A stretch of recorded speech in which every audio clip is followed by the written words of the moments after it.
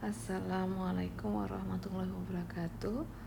Setelah kemarin kalian belajar tentang bagaimana cara membuat daftar distribusi frekuensi berupa tabel, sudah latihan, ya ada yang tidak tepat, ada yang sudah betul ya. Hari ini kita akan melanjutkan dengan membuat tabel frekuensi relatif dan frekuensi kumulatif. Apa itu pula ya? Sekarang perhatikan contoh.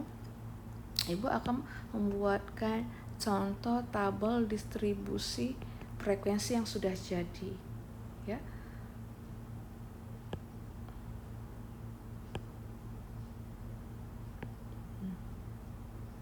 Nah, misalnya ada tabel distribusi frekuensi pemain sepak bola sebagai berikut. Oke. Jadi ada tinggi pemain sepak bola. Tingginya yang antara 160 sampai 164 2 orang, 165 sampai 169 cm itu 7 orang, paling banyak 170 sampai 174 cm 10 orang, 175 sampai 179 8 orang, 180 sampai 184 itu 3 orang. Jadi banyak yang tinggi ya. Nah, dari sini yang pertama kita akan menentukan frekuensi relatif. Apa itu frekuensi relatif? Frekuensi relatif itu adalah distribusi frekuensi relatif itu adalah distribusi frekuensi yang frekuensi relatif masing-masing kelasnya dapat diperoleh dengan menyatakan persentase frekuensi kelas tersebut terhadap jumlah seluruhnya. Berarti kita buat dalam persen ya. Yang pertama frekuensi relatif. Jadi intinya ini tabel ini tadi kita buat dalam persen ya, tinggal kita tambahkan saja tadi ya. Jadi tadi ini interval, ini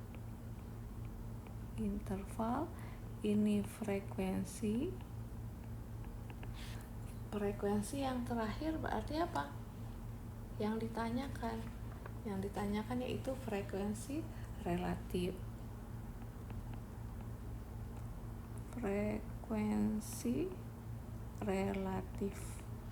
Frekuensi relatif yang pertama interval antara 160 sampai 164, frekuensinya 2. Frekuensi relatifnya bagaimana? Tadi ini adalah persentase frekuensi relatif masing-masing terhadap jumlah. Berarti kita harus jumlahkan dulu.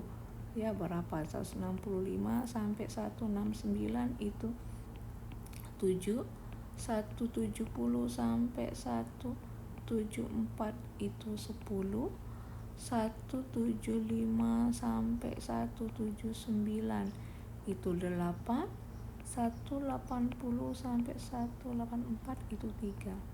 Berapa jumlah? 9 tambah 11 berarti jumlahnya itu adalah 30. Frekuensi relatif artinya ini 2 ya. Saya contohkan satu yang ini ya. Ini ya. Berarti 2 dibagi 30 dikali 100%. Berapa? Itu 6,67%. Berarti di sini adalah 6,67%. Yang kedua berapa? 7 per 30. Oke, kita buat jangan seperti itu. Oke. Nanti kacau. Kita buat lebih rapi. Ini frekuensi relatif. Saya buat di bawah ya. Di bawah ini untuk yang pertama itu adalah 2 per 30 dikali 100% sama dengan 6,67%. Tulis di sini 6,67%. Yang kedua ini kan 7 ya frekuensinya, berarti 7 dibagi 30 jumlahnya dikali 100%. Dikali 100% itu adalah 23,33%. ini 23,33%. Lalu 10 per 30 dikali 100% sama dengan 33,33%. Ditulis ini 33,33%. Dan seterusnya ini sampai 26,67%. Ini adalah 10,00%. Inilah yang dikatakan tabel distribusi frekuensi relatif. Jadi intinya hanya membuat persentase saja. Mudah ya? Oke. Kalau mudah, kita ke yang kedua. Yang kedua itu adalah tabel distribusi frekuensi kumulatif. Apa itu kumulatif? Kumulatif itu adalah gabungan. Ya. Yang kedua ini adalah daftar distribusi aja ya. Frekuensi langsung aja. Frekuensi kumulatif. Kumulatif. Jadi kalau kumulatif itu artinya gabungan. Jadi kunci di kata kumulatif. Nah, kumulatif ini ada dua. Ya, ada dua. Yang pertama itu adalah yang kurang dari, ada yang kurang dari, ada yang lebih dari. Jadi kumulatif itu gabungan. Nah, frekuensi kumulatif ada dua, ada yang kurang dari, ada yang lebih dari. Nah, kita akan lagi menggunakan data si pemain sepak bola tadi, ya. Jadi kita ambil basicnya itu adalah tabel yang ini. Oke, saya kecilkan biar muat nih. Tabel ini kita akan buat yang pertama distribusi frekuensi kumulatif kurang dari. Jadi kita akan buat yang A. Yang A itu adalah distribusi. Kita akan membuat distribusi frekuensi kumulatif kurang dari. Jadi tetap, jadi tidak pakai interval lagi, ini langsung. Di sini adalah tinggi badannya ya dalam sentimeter. Lalu di sini langsung frekuensi kumulatif.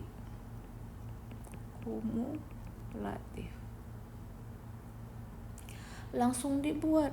Yang pertama itu adalah, ada namanya batas bawah, ya. Di sini di kelas yang pertama ini, yang ini ya, ini adalah antara 160 sampai 164. Yang 160 ini namanya batas bawah. Yang 164 ini adalah batas atas.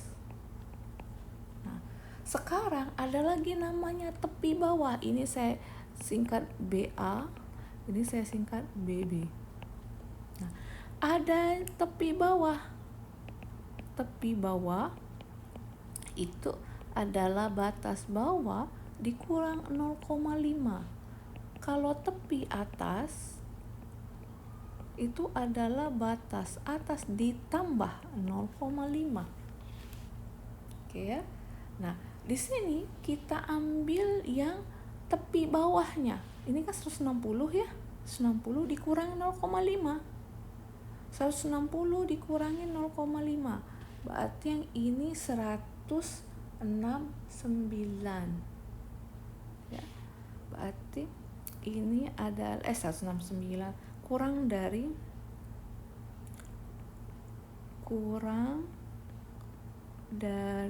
159,5. Di sini ada nggak pemain bola yang kurang dari 159,5 tingginya? Gak ada kan? Paling pendek 160, berarti 0. Tak ada yang tingginya kurang dari 159,5. Nah, sekarang kelas yang kedua pula. Yang kedua kita ambil dari yang ini ya. Kita ambil yang ini, yang kedua. 165 dikurangi 0,5. Berapa? 165 ini yang paling bawah sini. Batas bawahnya kurangi 0,5. Berarti dianya adalah kurang dari 164,5. Berapa yang kurang dari 164,5? Berarti 160 sampai 164 ya, berarti 2. Lalu kelas berikutnya yang ini 170,174. Itu 170 ya, berarti kurang dari 169,5. Ada berapa yang kurang dari 165? Berarti 2 tambah 7, berarti itu 9. Ada 9 orang yang kurang dari 169,5. Lalu yang kelas yang ketiga 175 sampai 179. 175 kurangi 0,5, berarti kurang dari 174,5. Ada berapa? Oh, berarti jumlahkan semua. 2 tambah 7 tambah 10, berarti dianya adalah 19. Total semuanya gabungan yang kurang dari 174,5. Lanjut ke kelas berikutnya yang terakhir 180 sampai 184. Tapi bawahnya berapa? 180 kurangi 0,5, berarti kurang dari 179,5. Berarti 2 tambah 7 tambah 10 tambah 8, 19 tambah 8, berarti 27. Ada yang terakhir itu yang mana? Yang ini, yang tepi bawah ini, paling akhir. Berarti itu, tapi dia tepi atas, kurang dari 184 ditambah 0,5. Yang kurang dari 184,5 berarti semua dong. Tambahkan 2 tambah 7 tambah 10 tambah 3, berarti 30. Inilah tabel distribusi frekuensi kumulatif kurang dari.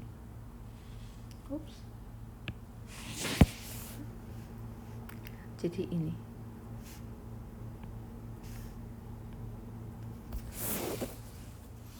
ini yang kurang dari. Nah, yang lebih dari hampir sama. Yang kedua, ya, sama persis, ya, tabelnya. Jadi nggak perlu 2 kali kita kerja. Jadi ini sama ya, tapi judulnya beda. Distribusi frekuensi kumulatif lebih dari tinggal kata-katanya saja diganti. Ini ya sudah sama ya, karena sama ya. Ini tinggi sentimeter, ini frekuensi kumulatif. Tinggal kata-katanya jadi lebih dari 159,5. Tulis aja dulu. Lebih dari 164,5. Lebih dari 169,5. Lebih dari 174,5. Lebih dari 179,5. Yang terakhir lebih dari 184,5. Nah, tinggal frekuensinya bagaimana ya? lihat tabel tadi. Oke, Ibu ingatkan tabel tadi biar paham. Oke, Bu letakkan di sini, ini tabelnya ya. Kita ingat dulu.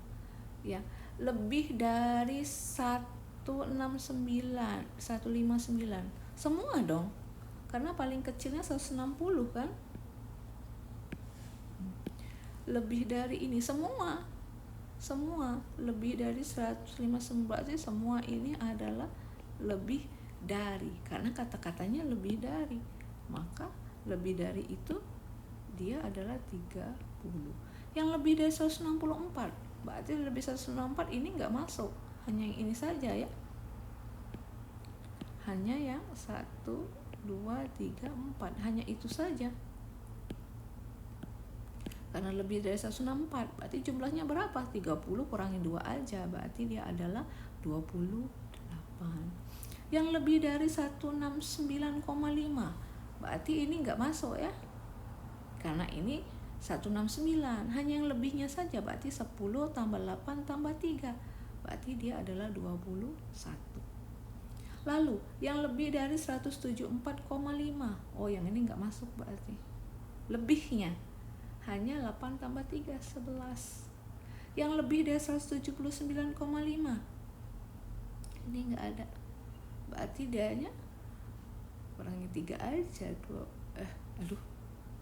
berarti hanya berapa dianya? Hanya 3 saja yang lebih dari 179 tingginya, yang lain pendek-pendek. Yang lebih dari 184,5 ada nggak? Nggak ada, paling tinggi aja 184, lebih tinggi 184,5 nggak ada, berarti ini 0. Udah gitu saja. Inilah tabel distribusi frekuensi kumulatif lebih dari. Gunanya apa, Bu? Ini kita kemarin sudah belajar tabel distribusi frekuensi, ada gunanya untuk menyajikan data dalam bentuk histogram, poligon, dan OGIF. Jadi kalau daftar distribusi frekuensi itu bentuk penyajian datanya histogram, poligon, dan OGIF. Kalau tabel biasa itu yang seperti kalian gambar pertama kali, ada diagram batang, garis, titik, batang daun, lingkaran, itu kalau tabel biasa. Tapi kalau tabel distribusi frekuensi, ketika sudah kalian klasifikasikan dengan rumus Sturges kemarin, itu menyajikan datanya dalam bentuk histogram, poligon, dan OGIF ya, itu bedanya. Jadi ini guna kita mencari frekuensi kumulatif dan relatif itu di sana. Oke, kita akan masukkan ke sana. Kita akan ke penyajian data dari data yang berbentuk tabel distribusi frekuensi kumulatif. Kita masih contoh menggunakan pemain sepak bola tadi. Yang pertama penyajian datanya ya,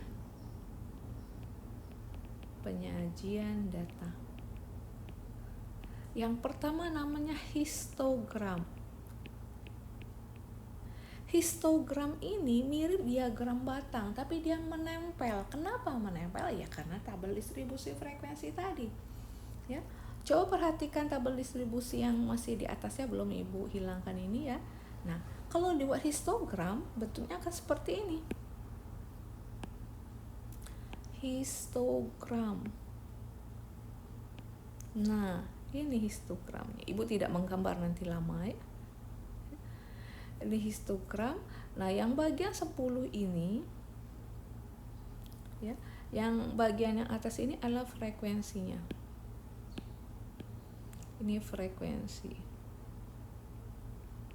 Yang ini interval kelas. Jadi, coba lihat kelas yang pertama. Kelas yang pertama 160 sampai 164 di sini letaknya. Di bagian ini. Ya. Tingginya berapa frekuensinya? 2. Oh, 2, tingginya 2. Bisa dilihat sini ya. Oke. Selanjutnya 165 sampai 165 sampai 164 ini dan seterusnya. Frekuensinya berapa? 7. Berarti tingginya sekitar ini 7 nih, di sini 7. sini 7 ya. Nah, dan seterusnya. Kenapa menempel? Iya, karena habis 164 65 jadi nempel dianya. Ya. Ya selanjutnya frekuensinya 10 lebih tinggi. Lalu dia turun lagi 175 179 hanya 8. Lalu yang terakhir 180,4 itu adalah 3. Itu histogram. Nah, kalau yang kedua itu ada namanya poligon. Yang kedua itu namanya poligon. Yang kedua itu bukan merek sepeda ya, poligon. Ini pun ibu langsung saja mengambil gambarnya biar cepat. Nah, apa bedanya histogram dengan poligon? Bedanya adalah sama prinsipnya, hanya nggak ada batang-batang seperti tadi ya. Dia menggunakan titik tengah.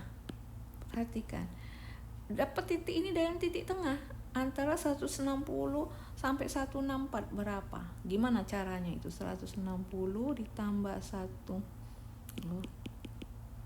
Ini ya, ini saya tulis di sini saja. 160 ditambah 164 dibagi 2. Tengah-tengahnya, kita mencari nilai tengahnya. Berarti berapa itu? 162 ya. 162. Jadi titik itu adalah 162 yang frekuensinya 10. Yang selanjutnya itu adalah 165 ditambah 169 dibagi 2 berapa? Berarti dia 167. Berarti titik ini adalah 167. Dan seterusnya. 167-nya adalah 7. Lalu yang ini berapa? 172 ya. 172-nya adalah 10. Ini 172. 70 sampai 74 ini 12 10. Lalu 177 itu 8. Lalu 182 itu 3. Itu namanya poligon. Ya. Yang terakhir ada namanya ogive. Ogive bukan sabun, ya. Ogive pakai F. Jadi yang ketiga ada namanya ogive. Ogive ini itu tadi dari daftar frekuensi kumulatif tadi. Ada namanya ogive positif, ada yang namanya ogive negatif. Nah, ogive positif itu dari daftar distribusi frekuensi kumulatif yang lebih dari yang ini. Ya. Ini akan jadi ogive positif. Sedangkan yang ini akan jadi ogive negatif. Ya, kita lihat. Ogive, langsung ibu cari gambarnya, sudah ada. Oke, ini dia. Terlihat ya tadi. Ini frekuensi lebih dari.